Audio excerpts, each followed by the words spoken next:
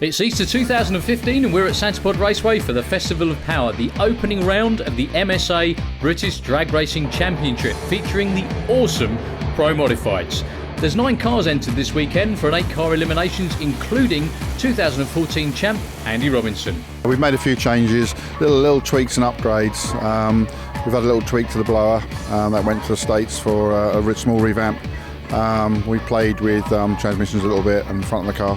We've done a lot of work on the back of the car, new anti-roll bar, some suspension changes, which is the reason why I'm sitting out here now. So we're setting the ride height up on the car to try and improve our launch really on the start line, and a few small engine changes, but much the same really.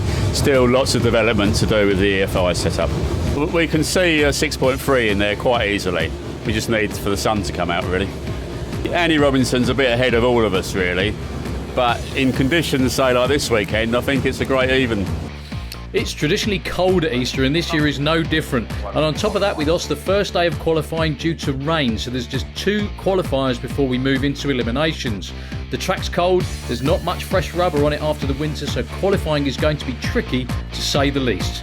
So as the cars are towed down to the staging lanes and drivers strapped in, the scene is set for what should be a really open and exciting 2015 season.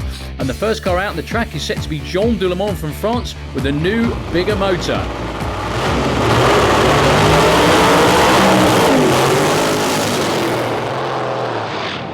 Now, Jean has had his car for a number of years now. You can see the battle scars on the front of it. It keeps blowing either the hood scoop or the whole front of the car off.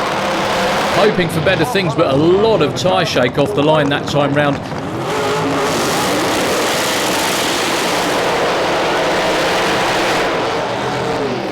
Next out to qualify, Kev Slyfield up against Roger Moore. And Kev Slyfield with the car that he debuted last year, but unfortunately loses fire backing up from the burnout, some sort of problem, so he's going to be down to 1 shot to get in the show. Now, Roger Moore, the new EFI setup. I say new, it's been on there quite a while now actually, about a season and a half.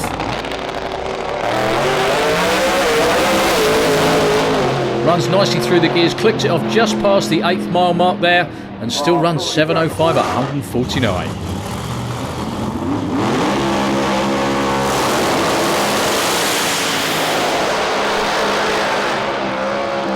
Well, markedly different burnouts from the 2 different combinations there. Wayne Nicholson with the supercharged Lucky Devil Corvette and Bobby Wallace with the nitrous Willis over there on the far side of the racetrack. Wayne's had this car for a number of years now. Started out in Super Pro with a big block Chevy, now moved on to a Hemi and Pro Modified. Been down into the mid-60s on quite a few occasions. Had a horrible season last year, so let's hope for better things for the team this year. Bobby Wallace with shake and spin off the line, all over the place. Wayne Nicholson loses the back end of the car over the centre line and unfortunately noses into the wall. I'm sure the car's not badly damaged. I'm sure Wayne's pretty much fine as well, apart from the fact he's going to be sick as a pig. You hate to do that at any point, let alone the first run of the year. Yeah, Bobby with instant tyre spin. No such problem to Wayne. Really good 60 foot, but the car just washes out at the back end. And I would say it's a graceful slide in the wall, but there's nothing graceful about the sort of damage that causes.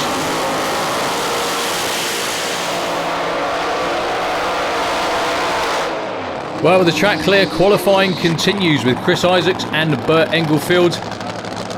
Everything as before for Chris Isaacs, Spencer Tram, the direct plastics duster on the far side of the racetrack. But for Bert and the team in the near lane, they're running skinnier rear tyres to try and get the car to hook up with less shake and problems.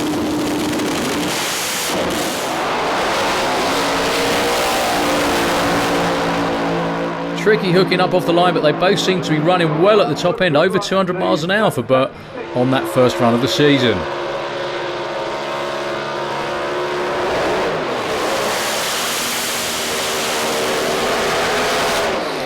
Well, the last pair of qualifiers are numbers 1 and 2 in the championship last year. Rick Garrett, far side of the racetrack with that incredibly consistent nitrous Willis, up against Andy Robinson with the Tangoed Camaro finally made it down into the fives. The first Brit into the fives as well at the European finals last year. Going to be a little cold for that sort of performance today, but let's see what they can do. Well, Andy Robinson on and off the throttle, clicks it way before the finish line, still goes to number 1 with a 6.76. So back to the pits, and it's looking good for Andy Robinson at number 1 at the moment, but not so good, unfortunately, for Wayne Nicholson. The car launched very hard, wheels up in the air, equal to our best 60 foot. Punched second gear, got tyre shake, and the car got out of shape. Tried to save it, and I couldn't. I thought I had for quite a while actually, but the wall just seemed to get nearer and nearer and nearer, and we've hit the wall. What we've done already, and thanks to the crew, they've got stuck in straight away. We've pulled the car apart at the front end where it needs to be. The chassis damage is relatively superficial. There's no alignment. It's just the bars that went round the oil and the fuel tank. Oil tank's damaged, the fuel tank's damaged, and a few other bits and pieces, and some bodyworks.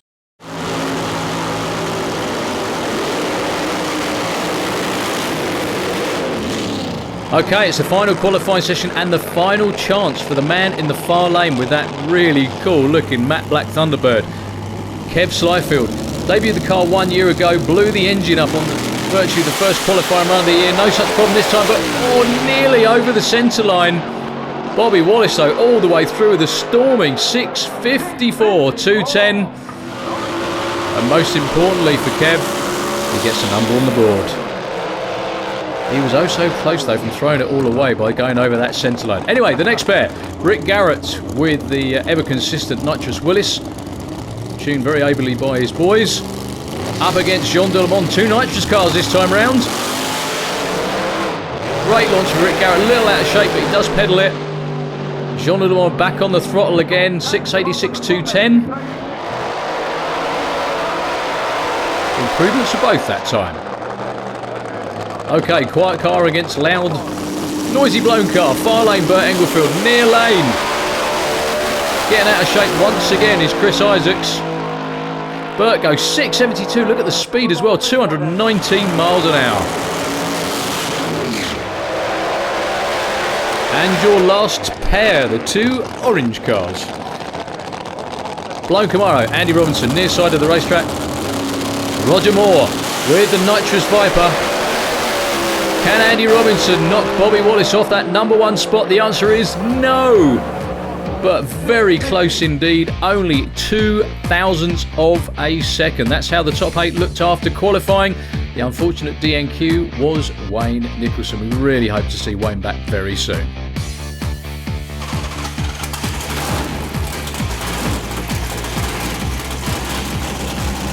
Oh, it definitely did feel good, yeah. Considering how we started off, first of all, we shit the tyres really hard. We did break a few parts, but we managed to get them turned around in time, and it all made it worthwhile. Have you done much to the car over the winter?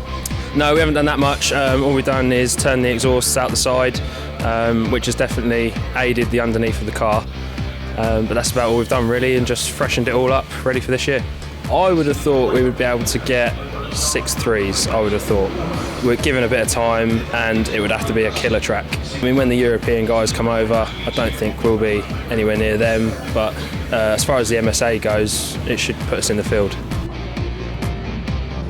So, on to race day, and although it's still cool, it's a whole lot better than Saturday.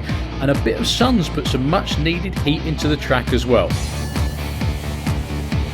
So as the cars head down the staging lanes, a chance to look at the first round matchups. And with just 2 runs under their belt so far, it's going to be very hard to pick the favourites for today's win. So, good crowd. Easter Sunday, round 1 of MSA Pro Mod for 2015.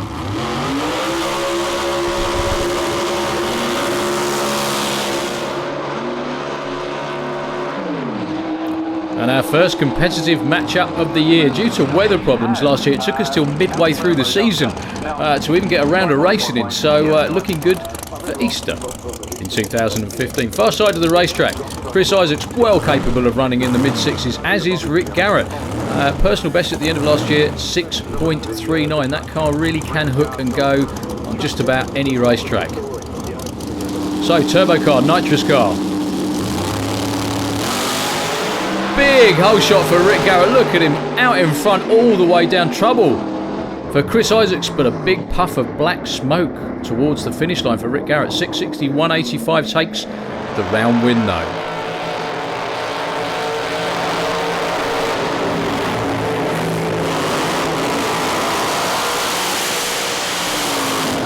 So Bert Engelford, even though the car looks pretty much the same as last year, a huge amount of work has gone in by the team over the off-season. The whole car has been redone, repainted, looks absolutely resplendent. They had a horrible season last year, still finished in the top 3 in the championship, but had a massive fire at the Mopar Nats in midsummer and still managed to complete the end of the year, so hoping for better things.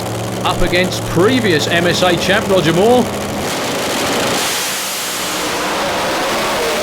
Great race all the way down to half track, but Bert pulls out in front. Roger clicks it off early. Bert though, great run considering the conditions. 6:55.218. No wonder the team are pleased with that. Well, Bobby Wallace with big problems. The team saying no, that looks like the end of his weekend in round 1. Number 1 qualifier out in round 1. Kev Slifield with a freebie. Looks like he would have been hard to beat though. Bit of a pedal at mid-track, but lots of death smoke at the top end. 6:61.210 though. Nice run.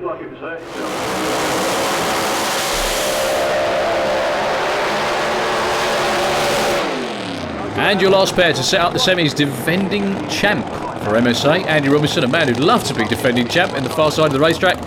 If miles under the wheels of his trailer and everything counted for it, he would have been champion years ago. That's Jean Delemont. We very much appreciate him travelling all the way from the southwest of France to compete here in the MSA series, but couldn't have drawn a tougher opponent in round 1 than Andy Robinson. Andy was number 2 qualifier, only just, admittedly.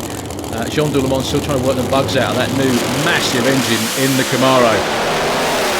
Well, it's going to be a bad day for Jean Delemont because Andy Robinson was out first. He's already off the throttle, and Andy goes through with a real nice 6.38, 224 miles an hour. Let's get over to the pits and find out exactly what that black puff of smoke was from Rick Garrett's Willis. Unfortunately, we've, I think, to now, without further inspection, we've broke the crankshaft, so we're out. Well, we don't run particularly big tune-ups on the car. It's just a racing part which can fail, which happens, you know, and unfortunately it chose today to happen. We've still got the smaller motor, but I think what we'll do is we'll put that on hold as a spare, and we'll source another 5-inch or possibly something bigger. That was the plans, to go for a bigger cubic inch motor, but hopefully that it might come sooner rather than later now. Yeah, I mean the track's coming around a bit today. It's a bit warmer today, but we just come here to sort of get down the track, and that's what we're doing at the moment. I know you're still looking at building a new car. You've brought this one out again, so what's the plans for the year? Oh, we'll just be running this car for the next 2 years probably. It's going to be a long term in a new car.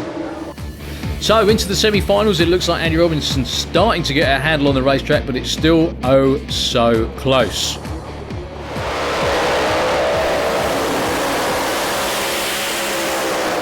Going to be a good matchup, this one though. Round 1, Andy Robinson was in the 6.3s, Bert was in the 6.5, so they're not that far off on performance. Bert and the team having a much better first event of the year than they have done for some time. The car actually starting to run consistently, and the reason I say that was they had played with all sorts of shake and other problems as well, and really not nice trying to get the car down the racetrack all the time when it just won't go basically through first gear, but they seem to have ironed it out. Up against Andy Robinson, one of the original racers in Pro Mod in the UK. Here we go then.